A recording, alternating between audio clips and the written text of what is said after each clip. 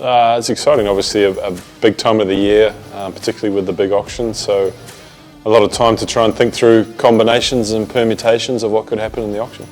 It's lots of phone calls, lots of meetings, understanding the players that we would really like and understanding what will happen if we're going to miss out on those players. So I think like all teams at this stage, they're just trying to work through everything that could potentially happen whilst prioritising one or two players and hopefully being able to secure them at the auction.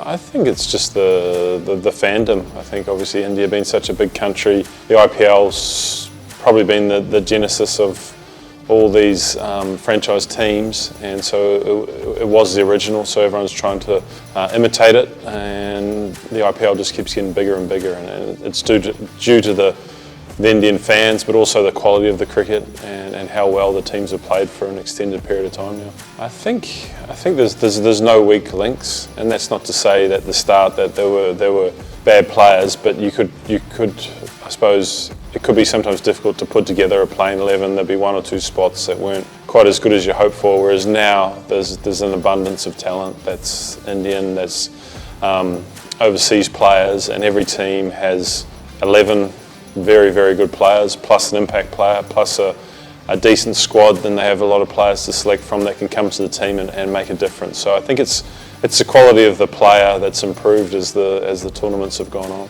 on. Get lucky at the auction. Hopefully no one else wants your players.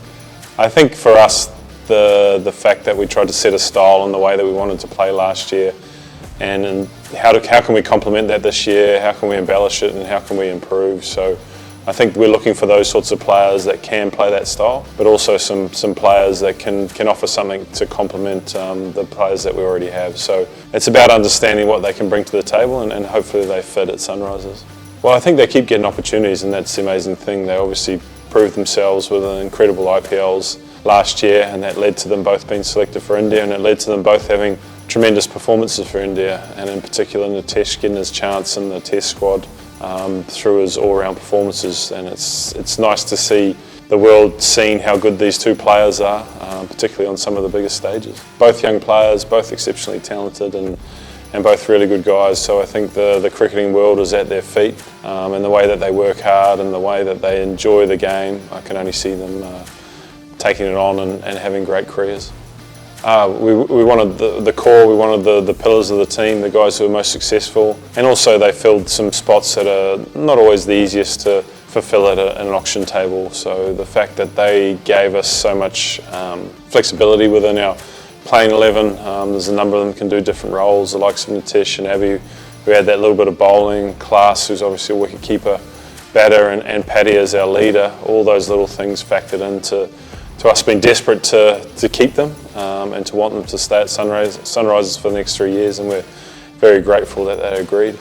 No, I think there's still the type of player that we want and the style. Now we just realise that the competition for that player is immense.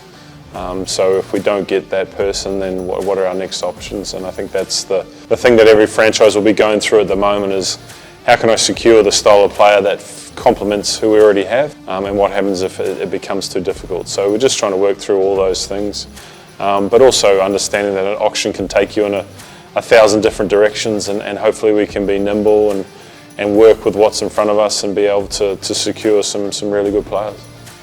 I think there's a lot of players who you just know straight away are going to be obviously great IPL players, but they'd fit really well in the team. They'd love playing in Hyderabad.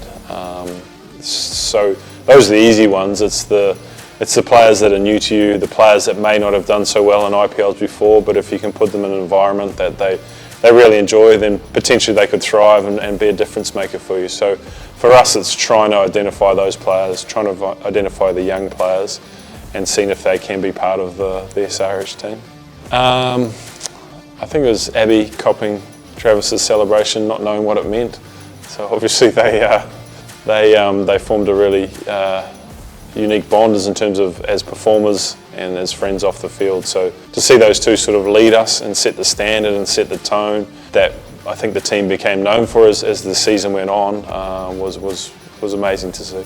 I think it's a given that we want to play that way, and I think it's the same for every other team. I think you saw a number of teams in the IPL take on the game, be aggressive, and understand that they needed big scores to succeed in some of the venues. And I suppose the challenge for us now is, what can we do next? What can we add to that repertoire? And then I suppose that's what we're trying to establish at the moment, not only through the players that we can get at the auction, but also through the strategy that we're going to try and implement next season.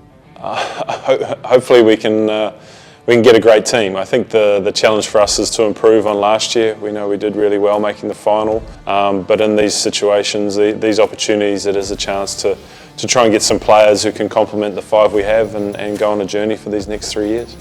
We're ready to play with fire again.